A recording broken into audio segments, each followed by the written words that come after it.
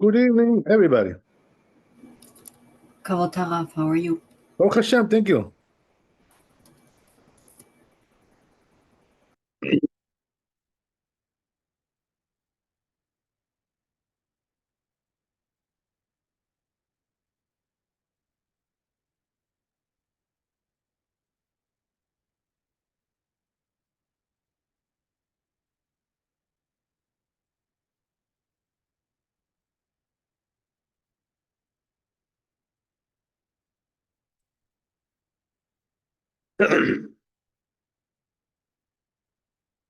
Okay.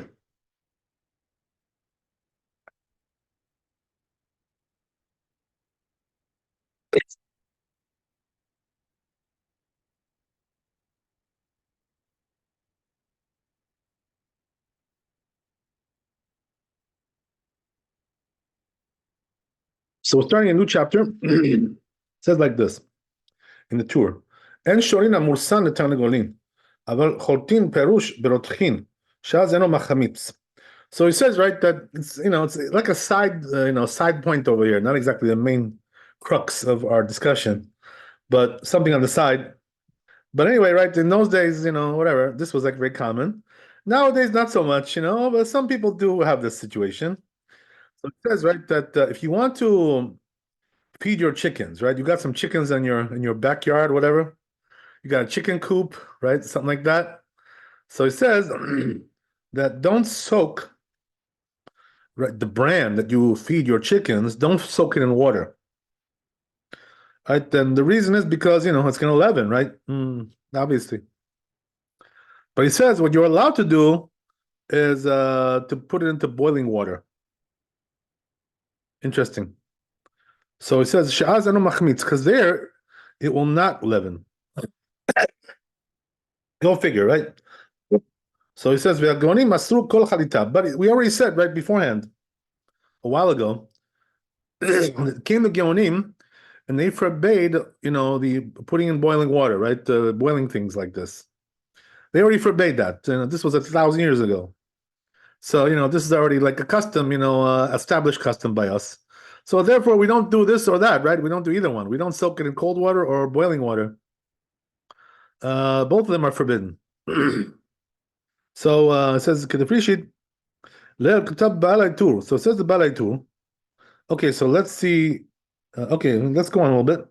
So it says Baalai Tur. He says Katav Harav Hababli Mutar Lalush Letarnegolin Mursan Okemach Umachilan Miyad.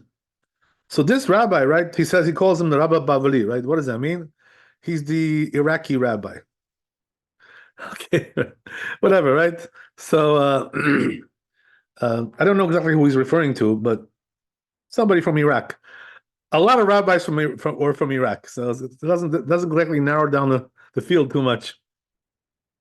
But anyway, right? It says here that he says this rabbi from Iraq that you're allowed to knead for the chickens the dough. I'm sorry, the bran or flour, and you feed them right away. He says, right? So by feeding them right away, you avoid the problem.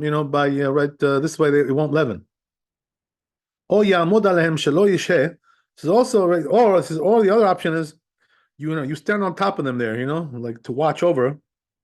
That it shouldn't be delayed. Shiura that the 1 second.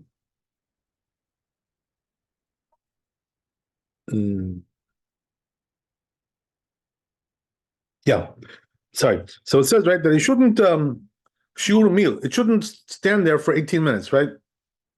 Because that's when it's going to start leavening, obviously. So you stand over on top of them, these chickens, right? Tell these chickens, yo, like you better eat this before 18 minutes, right? Otherwise, I'm in big trouble. Right, that's what I'm saying, basically, right? Make sure they eat it really fast.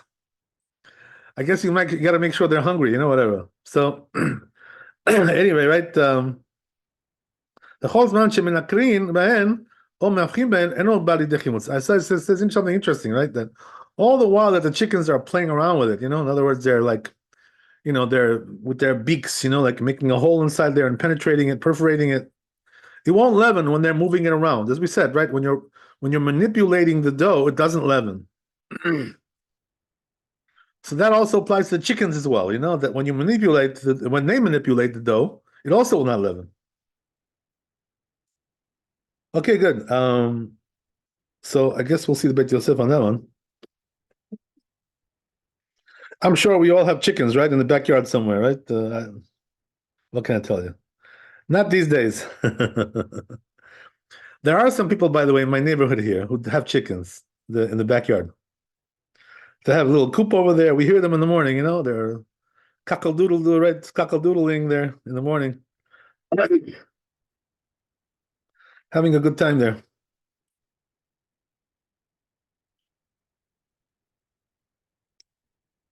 Okay, so anyway, let's see the Bet Yosef. It says Bet Yosef here that and shorin et mursan et tanegulin aval chotin. So he brings a source for this, right? What the Tur said. Where is this coming from? The Mishnah Perek Kol Sha'ah. The Mishnah over there, same place, right? This is Masachet Psachim in Lamed Tet Amud Bet, 39b. The Geonim Masur Kol Acharit, as we said, right? The Geonim already forbade even to put into hot water. Good. Okay, so as we mentioned already. So then he goes on, Bet Yosef. Katab Balai Tur, right? It says the Balai Tur. As we said, right? He mentioned this Babylonian rabbi, right? This Iraqi rabbi. That he allows this, to feed them right away. Stand on top of the chickens and make sure they eat it with 18 minutes, within 18 minutes. You're good. That's what he says, right? This rabbi. Okay. So he says, right, that so says Bet Yosef, right? Don't rely on this opinion. Okay, well, there you go, right? שאם כן נשהה העיסה שיעור מיל, כלומר שלא אמרו שכל השעה עיסה בלא עסק פחות משיעור מיל אינו מחמיץ אלא בדיעבד, אבל לכתחילה אין להשעותה אפילו רגע אחד בלא עסק. So says Bet Yosef, right? The reason why you shouldn't rely on this is because we already mentioned earlier on, right, when we started the topic, that that which we said that you have 18 minutes, right, until it's going to leaven, and also we said that if you're manipulating the dough, it will not leaven all day even. All true, but says Bet Yosef, right, that's only bediavad, but lechatchila, the preferred way, right, is you should do it right away. So he says, therefore, right, we shouldn't really allow this, to this Iraqi rabbi, what he says over here. Okay, very good. So let's go on. The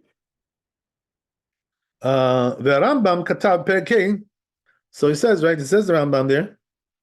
Mutar lalush the tarnagolim mursan or kemach. He also writes that you're allowed to write the need for the chickens. The bran or flour. So he also says the same thing, right? As this Iraqi rabbi. You got to feed them right away, stand on top of them, right? Make sure they're eating on time. Right? You got to hold that stopwatch on top of them. Okay, chickens, my stopwatch is going, right? You better finish this really fast. Get it done. That's what we're saying, right? Okay. So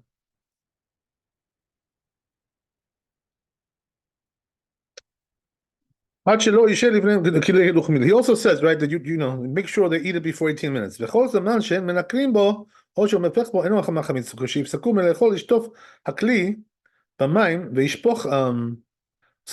he says, right, that all the while that the chickens are playing around with it and perforating it with their beaks, boop, boop, boop, boop. It's not going to leaven, like that. It's being manipulated by the chickens, just like the Iraqi rabbi. Okay. So then he says, right, that so he says when they stop eating already, the chickens, right? They're done, right? They're done with their dinner. So he says you should wash it off, the utensils with water right away. Because this way, right, that you won't have leavening, in your utensil there. Some things left over there, so you get it leavened. But the makom madron. It says what you should do is right, wash it out with water, rinse it, good these utensils, and then spill it out in a place where it's sloping, so this way the water will run down. Right, it'll go away from you, right? You'll lose it somewhere. Okay. So it goes on to say here, the Bet Yosef. כתב עליו הרב מגיד, זה דעת קצת מחברים, וכך כתב העיטור בשם הבבלי. Right, so he says, right, that, it says the Rav Magid, who's, he's a commentary on the Rambam. He says, yeah, some authors wrote this, this opinion, like the Rambam says here. Right, so there's also, we saw that in the tour, as we said, right, in the name of this Iraqi rabbi. So we have two people, right, on the same page. We have the Iraqi rabbi, and we have the Rambam, right, who was a Spanish rabbi, right, and then moved to Eretz Israel eventually, right. He was in Egypt also. He was a wandering Jew, right? So, okay, very good. So, that's the story. So the question is, right, is the halacha like them or not? So he says, right, that it's written over there. He says that you shouldn't rely on this opinion. Don't rely on it. It's too lenient. So he says, because we're afraid, that what's going to happen is, even though, like, you have good intentions, right? And your chickens, you have a stopwatch on them, make sure, right, that they're eating fast. What's going to be right in the end, right? In the end, they're not going to eat, the way you want. And it's not going to come out the way you wanted. You're not going to get the desired results. And what's going to be is they're going to wait for 18 minutes and they're going to get 11. So this is the problem that we have with this, the stopwatch method, right? Fast food, for the chickens, right? Fast food. So, so it says Rabbi Magid, right? Therefore, the custom is to be stringent. So not like the Iraqi rabbi, not like the Rambam. Sorry, right? What can we do, right? We don't always pass like the Rambam. Most of the time we do, but not always. Okay, so that's the way it goes. Okay, that's the end of the Bet Yosef. So let's see the Shulchan Aruch here.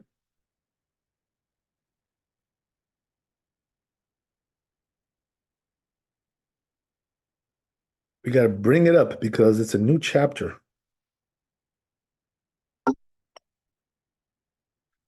Okay.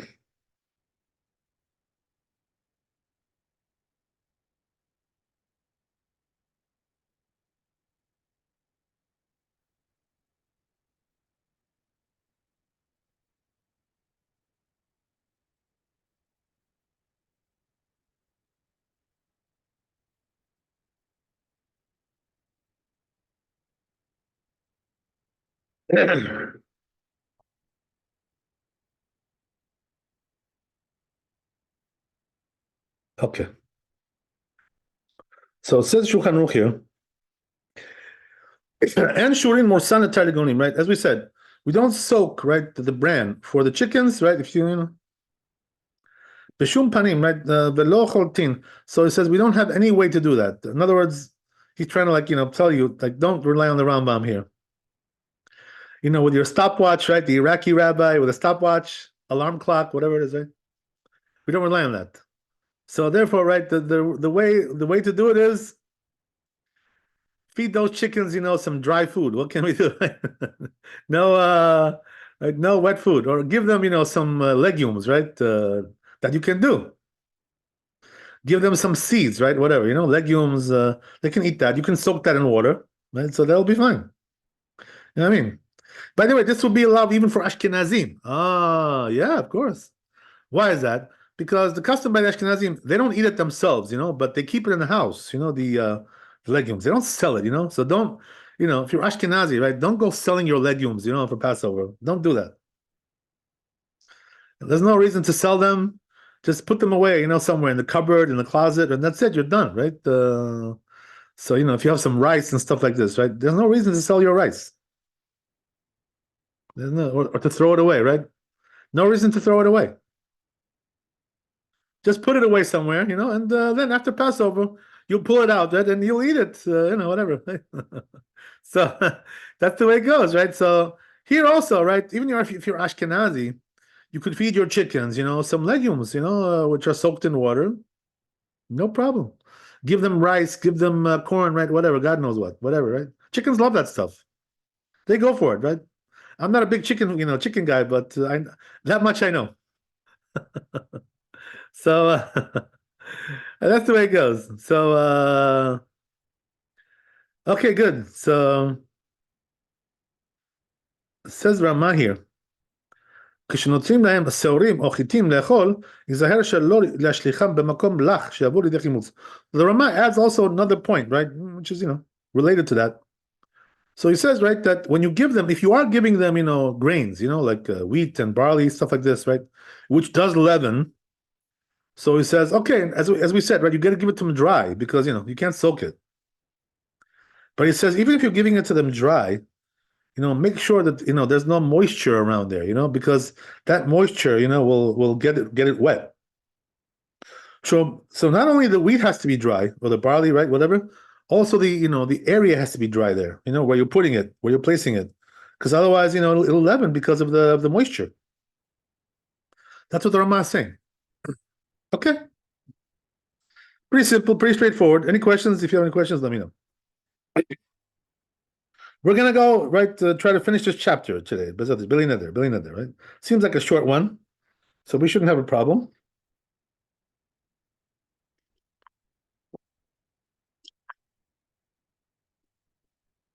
Okay, so let's go back to Bet Yosef.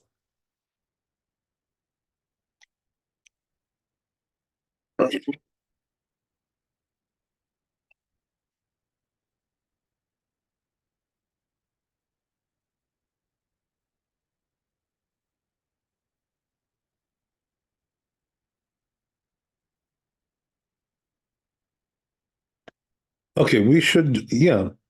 Yeah, we can read it here. It says here, right, he brings the tour.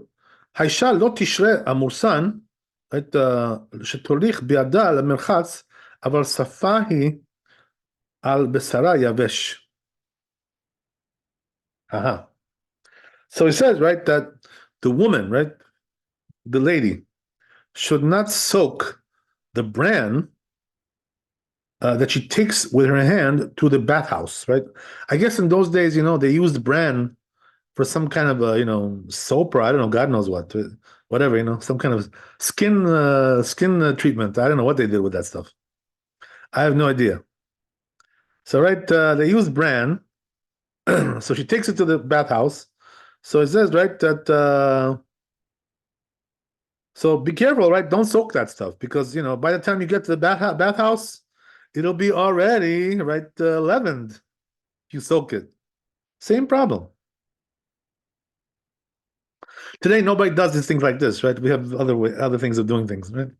We're not going to the bathhouse today. We're not, we're not using right bran for our shower, right? We have other types of substances that we use today, right? Pantene, whatever, right? God knows what. So that's the way it goes, So and right? But he says, right, that she can put it on her skin, if it's dry, no problem, right?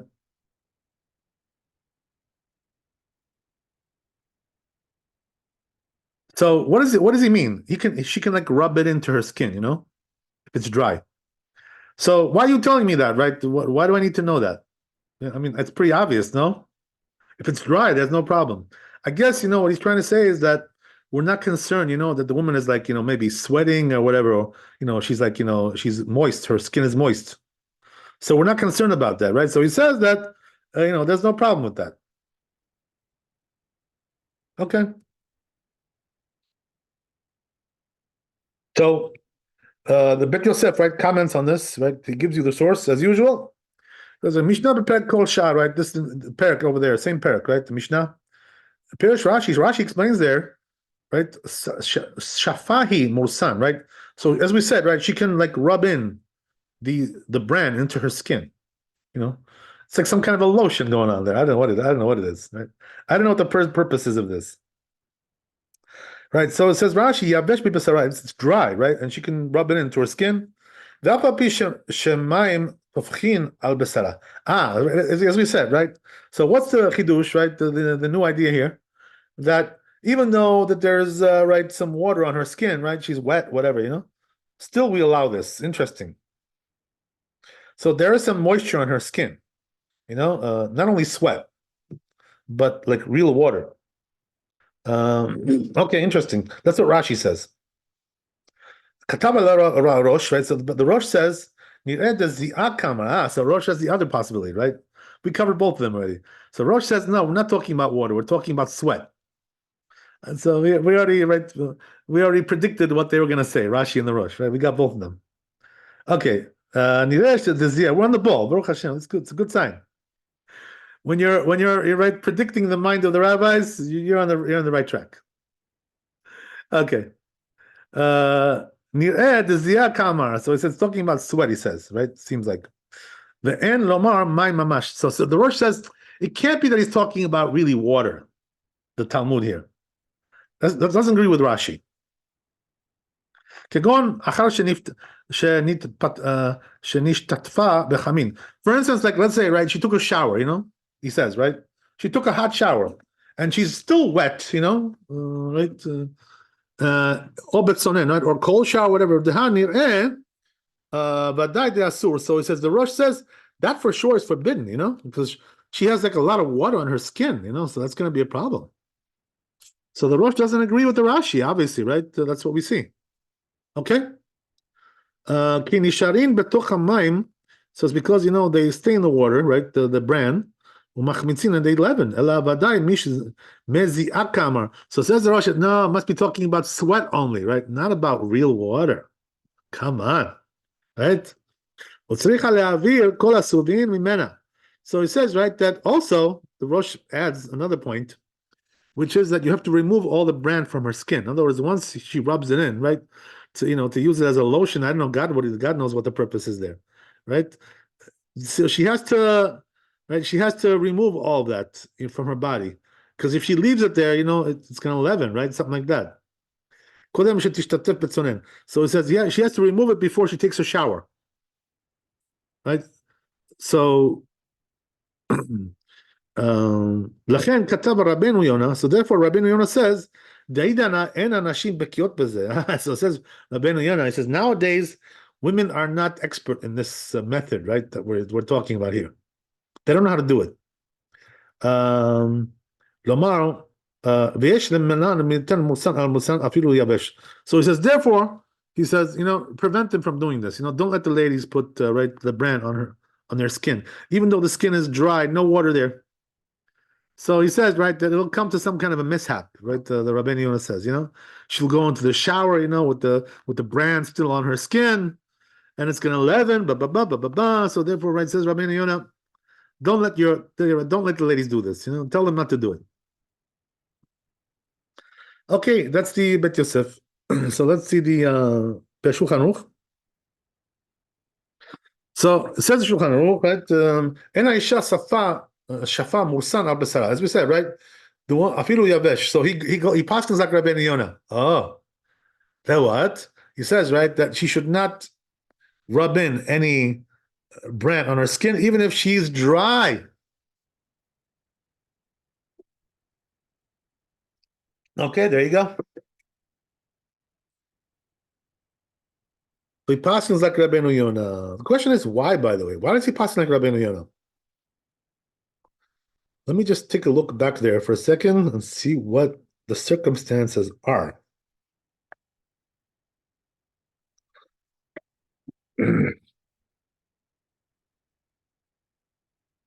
Interesting, right? Right. So, in other words, what do we have here? Right? We have three opinions. We have Rashi, who's the most lenient. He says you're allowed to even do it when she has water on her skin. Then we have the Rosh, right, who says no, water is not allowed, but you can do it with sweat. Right? And the third opinion is Rabbeinu Yonah, right, who says don't allow them to do either one.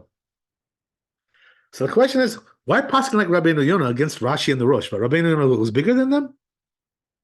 What's the reason? Anybody know?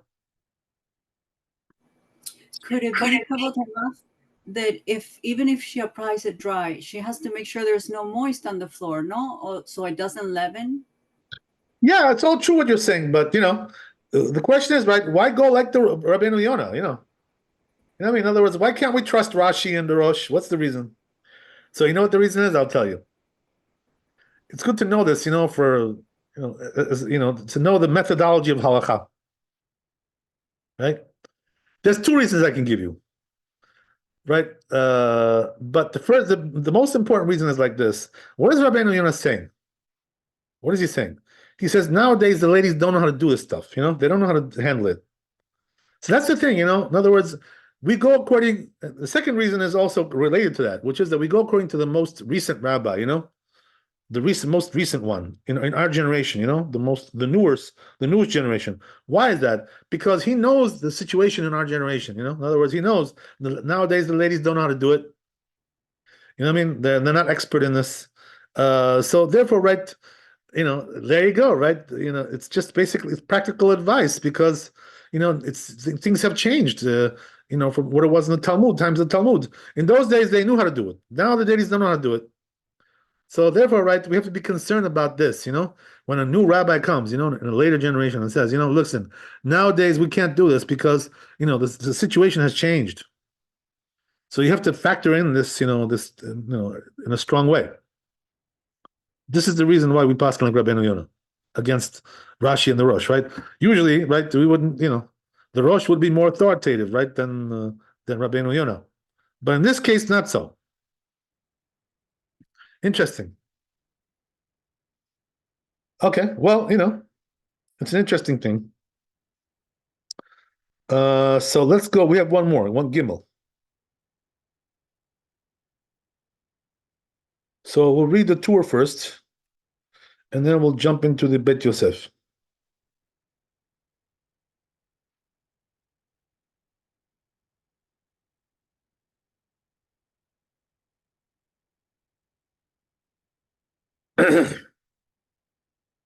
So it says the tour like this. Katab Avi Azri, right? It says that this rabbi, Masih haya besaro ושרו מעט מורסן ושפשפו באווז בפסח ועשר Abba Mari. Look what it says, right? Abba Mori. So it says this rabbi, one time it happened, right? A true story, right? That what? They soaked some bran, right?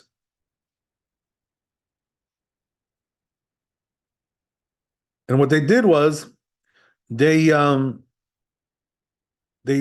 it in, right? Be'avaz, he says, right? So avaz, you know what that is, right? It's like a goose. So we'll see what that means, right? What does that mean? They rubbed it into the goose, whatever. I don't know. We'll see. Passover. They did this at Passover. I guess that means that they were going to eat the goose, They're going to eat it, right? Goose is kosher. So, right? So they're going to eat it. And so they rubbed in some bran in there, I guess to make it, I don't know, whatever. There's a reason to do that. And so he says, my father, who was a rabbi, obviously, right? He forbade that, to eat that. The whole goose, he says, right? You know what they say, right? Your goose is cooked, right? That's it. You're done. No goose for you. So that's the story, so he forbade that. So he says, you know why? Because they have these things, right? So we have to see what this means, right?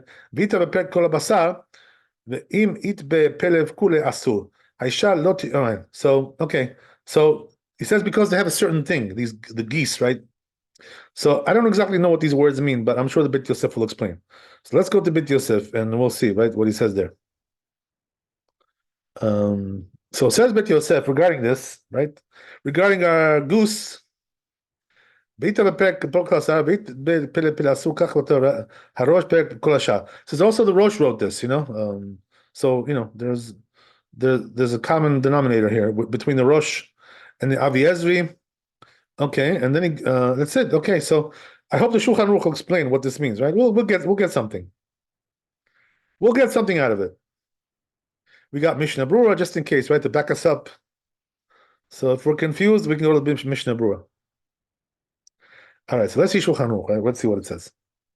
Right, so it says, "Ve'im shifshefu morsan be'avaz lach memayim, yesh mi sheomer she'avaz asur." All right, so it says Shulchan Aruch like this, right? If they rub in, right, the bran, right?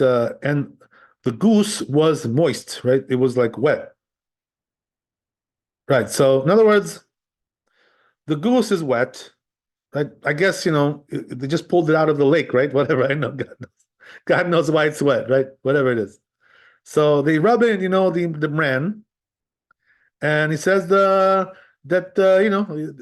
according to this rabbi, it's forbidden, right? As we said.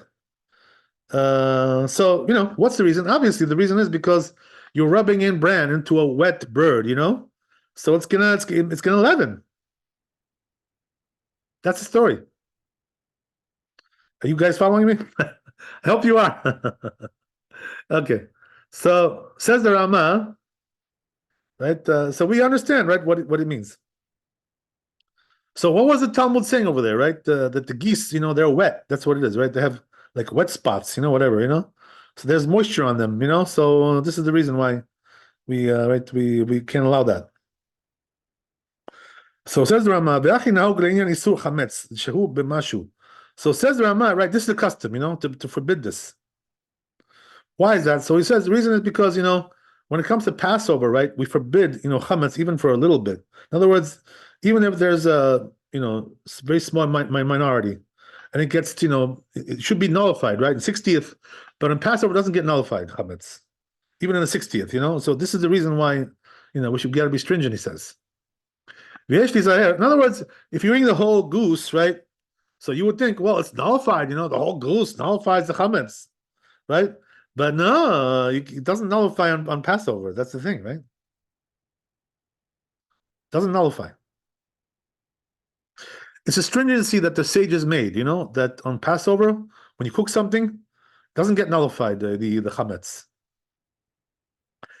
But what does get nullified, by the way, right? We already mentioned this before. What does get nullified? Kitniot, right? Legumes. Legumes do get nullified. So in other words, says the Mishnah Berurah, right? The Rama, we already saw this, the Rama. That if you have a majority which is not legumes and a minority which is legumes, so it gets nullified in majority. So in other words, if they made some kind of a dish, right, and they got some legumes in there, it gets nullified in the majority. So that's the story. Okay. So by the way, you should know that when it comes to the rule of nullification, right, it only gets nullified if you can't recognize it. But if you see it, with your eyes, you got to remove it anyway. So nullification only works when it's not recognizable. Good to know that, right? But if you see it, you got to take it out. You got to remove it. Okay, so that's the story, right? So it says the Rama here, furthermore,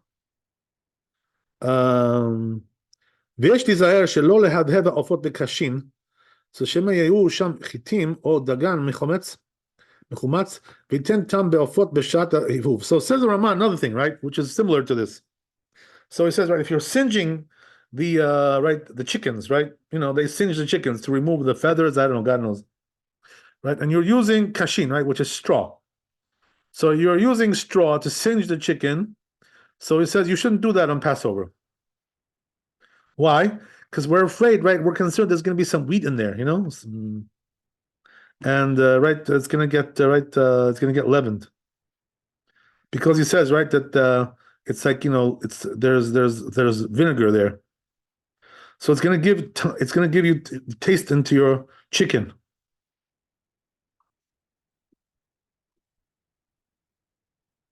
So therefore, he says avoid that.